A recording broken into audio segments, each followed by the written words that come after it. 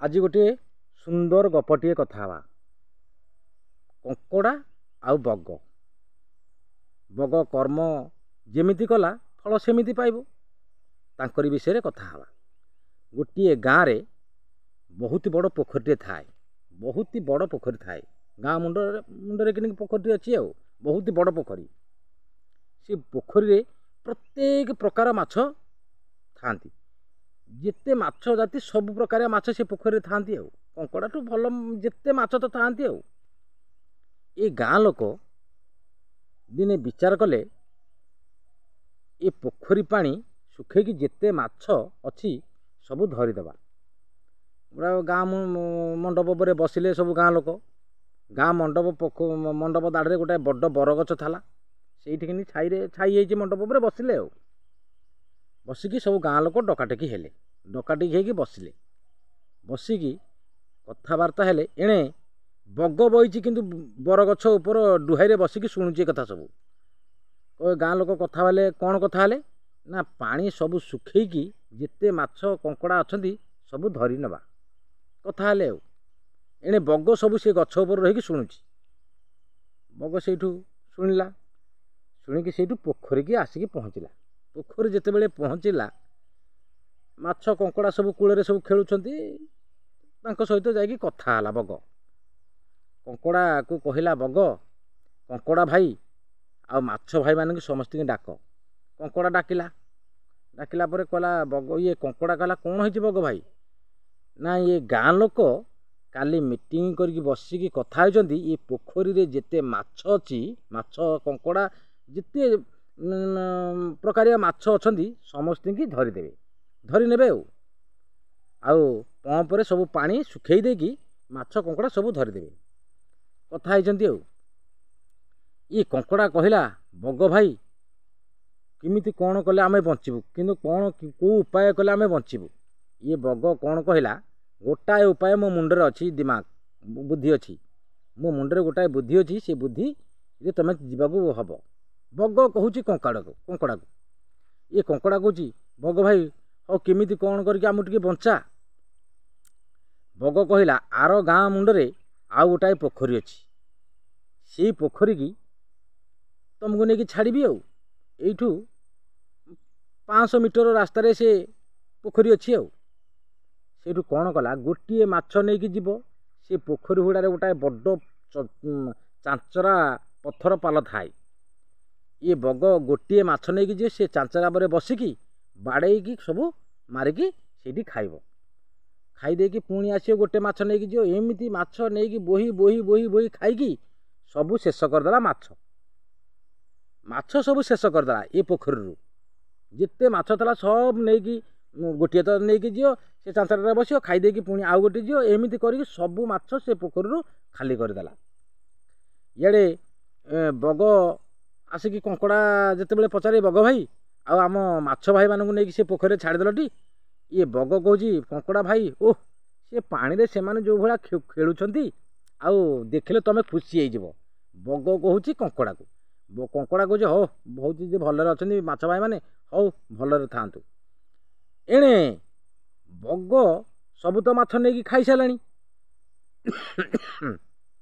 सब माछ नहीं खाई सारा आउ अच्छी कंकड़ा लास्ट को कंकड़ार पाली जो दिन बग कहला ये कंकड़ा भाई हौ आस तमें मो सांगे आज जीव हरी कंकड़ा कहला हाँ मो माछ भाई मैंने तो समस्ते जी जुआड़े गले हरी से पोखरी की आ मु कहीं थी मु रही मत ये गाँ लोक धरिकी नहीं पलैबे बग कौन कला थंटरे किनिका कंकड़ा गोड़ को धरिकी टेकिकी नहीं चलला कौटी की ना से पोखरी हुड़ा उपर को गला नहीं सेठिकी पोखरी हुड़ारे पानी रे न छाड़ी आग पोखरी हुड़ारे से पत्थर चांचरा पर कंकड़ा को थोईदेला से छिड़ा बग एणे कंकड़ा कहूँ बग भाई मत टे से पानी की छाड़देलनी ना पानी की तो जीव तुम कहीं व्यस्त हो सब तुम माछ भाई मानी तो मुझे भितर छाड़ी से खेलुंट से भितर आ तुमको तो छाड़देले तुम तुम सांगे रही चलो खेल बुल हस खेल सब कथा कर तुम कहीं व्यस्त हो बग मन भितर चिंता करुच्ची सीना माछ मानक सुविधार मुझे खाईदेली एणे कंकड़ार बड़ बड़ माने गोड़ अच्छी मुझे मारिबा समय रे बग चिंता करुच्ची मुझे मारिबा समय रे ମୋତେ କାଳେ ଧରିଦେବ ମୋ ବେକକୁ, ମୁଁ ସେଇଠୁ ମୋତେ ଧରିଦେଇକି ମାରିଦେବ ଇଏ କଙ୍କଡ଼ା, ମାନେ ମନରେ ଚିନ୍ତା କରୁଛି। ବଗ କହିଲା କଙ୍କଡ଼ା ଭାଇ ତୁମକୁ ତ ମୁଁ ଛାଡ଼ିଦେବି, ତୁମେ କାହିଁ ଚିନ୍ତା କରୁଛ? କଙ୍କଡ଼ା କହୁଛି ହଁ ମୋ ବଗ ଭାଇ ମୋତେ ଟିକେ ପାଣିରେ ଛାଡ଼ିଦିଅ, ମୁଁ କେତେ ଦିନ ହେଲା ମୋ ମାଛ ଭାଇ ମାନେ ମୋ ସାଙ୍ଗମାନଙ୍କୁ କାହାକୁ ଦେଖିନି, ଆଉ କେତେ ଦିନ ହେଲା ମୁଁ ରହିଲି, ସେମାନେ ଆଗେ ଆଗେ ଆଇଲେ ମୁଁ ପଛରେ ଆଇଛି, ମୋତେ ଟିକେ ଛାଡ଼ିଦେଲେ ମୁଁ ଟିକେ ଦେଖିଲେ ଟିକେ ଖୁସି ହେଇଯାଆନ୍ତି ଆଗ। ବଗ କହୁଛି କଙ୍କଡ଼ା ସମସ୍ତଙ୍କର ପାଳି ଶେଷ ହୋଇଗଲା, ଆଜି ତୋର ପାଳି, ତେତେ ଆଜି ମୁଁ ଏଠି ମାରିକି ଖାଇବି। କଙ୍କଡ଼ା କହିଲା କ'ଣ କିଏ ବଗ ଭାଇ ଏମିତି କହୁଛ? ସମସ୍ତଙ୍କୁ ମାରିକି ଖାଇଲ, ମୋତେ ଆଜି ମାରିକି ଖାଇବ? ଏଇ ଯେଉଁ କଣ୍ଟା ଗୁଡ଼ା ପଡ଼ିଛି ତାହେଲେ ଆମ ମାଛ ଭାଇମାନଙ୍କର ନା କ'ଣ? ନା ଯେତେ ମାଛ, ଏ ବଗ କହୁଛି କଙ୍କଡ଼ାକୁ ଯେତେ ମାଛ ମୁଁ ଧରିକି ସେ ପୋଖରୀରୁ ଆଣିକି ଏ ପୋଖରୀରେ ଛାଡ଼ିବାକୁ ଧରିକି ଆସେଇ, ସବୁଯାକ ଏଇ ଚାଞ୍ଚରା ଉପରେ ବାଡ଼େଇ ବାଡ଼େଇ ତାଙ୍କୁ ସବୁ ମୁଁ ଖାଏ। ଆଜି ତୋର ପାଳି। କଙ୍କଡ଼ାକୁ ବଗ କହୁଛି ଆଜି ତୋର ପାଳି, ତେତେ ଏଠି ବାଡ଼େଇକି ମୁଁ ଖାଇବି। ବଗ କହିଲା ଦେଖ ବଗ ଭାଇ, ଏଇ ଯେଉଁ କାମ ଗୁଡ଼ା କଲୁ ଭଲ କାମ କଲୁନୁ, ଧର୍ମ କାମ କଲୁନୁ, ଅଧର୍ମ କାମ କଲୁ। ତୁ ଆମକୁ ବତେଇ ଶିଖେଇ ମାଛ ଭାଇମାନଙ୍କୁ ଆଣିକି ଏଠି ବାଡ଼େଇକି ଖାଇଲୁ, ଆଉ ଲାଷ୍ଟରେ ମୋତେ ଆଣିକି ବାଡ଼େଇକି ଖାଇବା ପାଇଁ କହୁଛୁ। କଙ୍କଡ଼ା ମନେ ମନେ ଭାବିଲା, ଚିନ୍ତା କଲା, ଏଇ ବଗକୁ ମୁଁ କେମିତି ହେଲେ ମାରିବି। ମୋ ମାଛ ଭାଇମାନଙ୍କୁ ସମସ୍ତଙ୍କୁ ମାରିଲା, ମୁଁ ୟାକୁ କେମିତି ହେଲେ ମୁଁ ମାରିବାଟା ମାରିବି। ମନରେ ଚିନ୍ତା କରୁଛି, ମାନେ କଙ୍କଡ଼ା ବଗକୁ କେମିତି ମୁଁ ମାରିବି। ବଗ କହିଲା ଆଉ ମୁଁ ମାନେ ବଗ ପୁଣି ମନେ ମନେ ଚିନ୍ତା କଲା, ମୁଁ ଆଉ ଡେରି କରିବିନି, ଆକୁ କେମିତି କ'ଣ କୌଶଳ କରିକି ଏ କଙ୍କଡ଼ାକୁ ମାରିଲେ ମୁଁ ଖାଇବି। ଲାଗିଲା ଫାଇଟିଂ। ଆଉ କଙ୍କଡ଼ା ବଗ ଦୁଇ ଜଣ ଆଗ ଲାଗିଲା ଫାଇଟିଂ। ଲାଗୁ ଲାଗୁ ଲାଗୁ ଲାଗୁ ଏମିତି କିଛି ସମୟ ଗତ କଲା, ପୁଣି ଚାଲିଥାନ୍ତି ତାଙ୍କର ଫାଇଟିଂ। ସିଏ ଗୋଡ଼ଉଥାଇ ଥଣ୍ଟରେ ଖୁମ୍ପିଦେବ ବୋଲି ଜୋରିକି, ଇଏ ଗୋଡ଼ରେ ଧରିଦେବ ବୋଲି ଧାଉଥାଇ, ଏମିତି ଚାଲିଲା ତାଙ୍କର ପ୍ରାୟ ଅଧେ ଘଣ୍ଟା ଯାକେ, ମାନେ ଗଡ଼ିଆ ମାନେ ଖୁମ୍ପା ଗୋଡ଼ିଆ ଗୋଡ଼ି ହେଇକି କାମୁଡ଼ା କାମୁଡ଼ି ଏମିତି ହଉ ଚାଲିଥାଏ। ଆଉ ଏମିତି କିଛି ସମୟ ଗଲା ପରେ କଙ୍କଡ଼ା କ'ଣ କଲା, ଏମିତି ଚାନ୍ସ କରିକି ତା ବେକୁଟାକୁ ଖାପ ପକେଇ ଏମିତି ଧରିଦେଲା। ଯେତେବେଳେ ଧରିଦେଲା, କଙ୍କଡ଼ା କହିଲା ବଗ ତୁ ଯେତିକି ଖାଇଛୁ, ତୋର କାରଣ ଅଧର୍ମ କାମ କରିକି ମୋ ମାଛ ଭାଇମାନଙ୍କୁ ତୁ ଏଠି ମାରିକି ଖାଇଛୁ, ଆଜି ତେତେ ତୋ ବେକୁଟାକୁ ମୁଁ ଏଇଠି ଟାଙ୍ଗିବି, ଏଇଠି ଟାଙ୍ଗିକି ମାରିବି ତେତେ ଆଜି। କହିକି କଙ୍କଡ଼ା କ'ଣ କଲା, ବଗର ବେକୁଟାକୁ ଏମିତି କଚକିନି ଧରିକି କାଟିଦେଲା। ଆଉ କାଟିଦେଲା ମାନେ ବଗ ଏକଦମ ବେକରୁ ଗଞ୍ଜି ହେଇକି ପଇଲା, ମଲା ସେଠି ଛଟପଟ ହେଇକି ମଲା। କଙ୍କଡ଼ା କହିଲା ମୋ ମାଛ ଭାଇମାନଙ୍କୁ ତୁ ଏଠି ଆଣିକି ମାରିକି ଖାଉଥିଲୁ, ଆଜି ତୁ ଏଇଠି ମରେ, ତୁ ଏଇଠି ମରିବେ। କହିକି ତ ବେକ ତ କାଟିଦେଲା, ବଗ ଛଟପଟ ହେଇକି ମଲା। ଯଦି ବଗ ଧର୍ମରେ ଯାଇଥାନ୍ତା କିଛି ଅସୁବିଧା ହେଇନାହାନ୍ତା।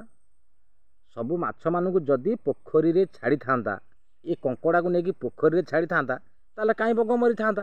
ବଗ ଅବିଚାର କାମ କଲା, ଇଆଡ଼େ ବତେଇ ଶିଖେଇକି ସବୁ ମାଛକୁ ଆଣିକି ବାଡ଼େଇକି ଖାଇଲା, ଲାଷ୍ଟକୁ କଙ୍କଡ଼ାକୁ ଖାଇବାକୁ ଗଲା। ଅଧର୍ମ କାମ କଲା ଯେମିତି ମଲା ସେମିତି। ବଗ ଅଧର୍ମ କାମ କରିବା ହେତୁ ତ କଙ୍କଡ଼ା ତାକୁ ମାରିଲା, ନହେଲେ କଙ୍କଡ଼ା କାହିଁ ମାରିଥାନ୍ତା ଯଦି ମାଛମାନଙ୍କୁ ପୋଖରୀରେ ଛାଡ଼ିଥାନ୍ତା। ସେଇଠୁ ବଗ ତାକୁ ମାରିଲା ତ ସେ ମଲା, ସେଠି ବଗ ମଲା। ଏଣେ ବଗ କଙ୍କଡ଼ା କ'ଣ କଲା, ପୋଖରୀକି ଧୀରେ ଧୀରେ ପାଣି ଭିତରକୁ ଗଲା, ତାର ସେ ପାଣି ଭିତରେ ଯାଇକି ରହିଲା। ଯଦି ଭିଡ଼ିଓଟି ଭଲ ଲାଗିଥିବ ଆପଣମାନଙ୍କୁ ଲାଇକ୍, ସବସ୍କ୍ରାଇବ୍, କମେଣ୍ଟ କରିବେ। ରହିଲି, ନମସ୍କାର, ଜୟ ଜଗନ୍ନାଥ।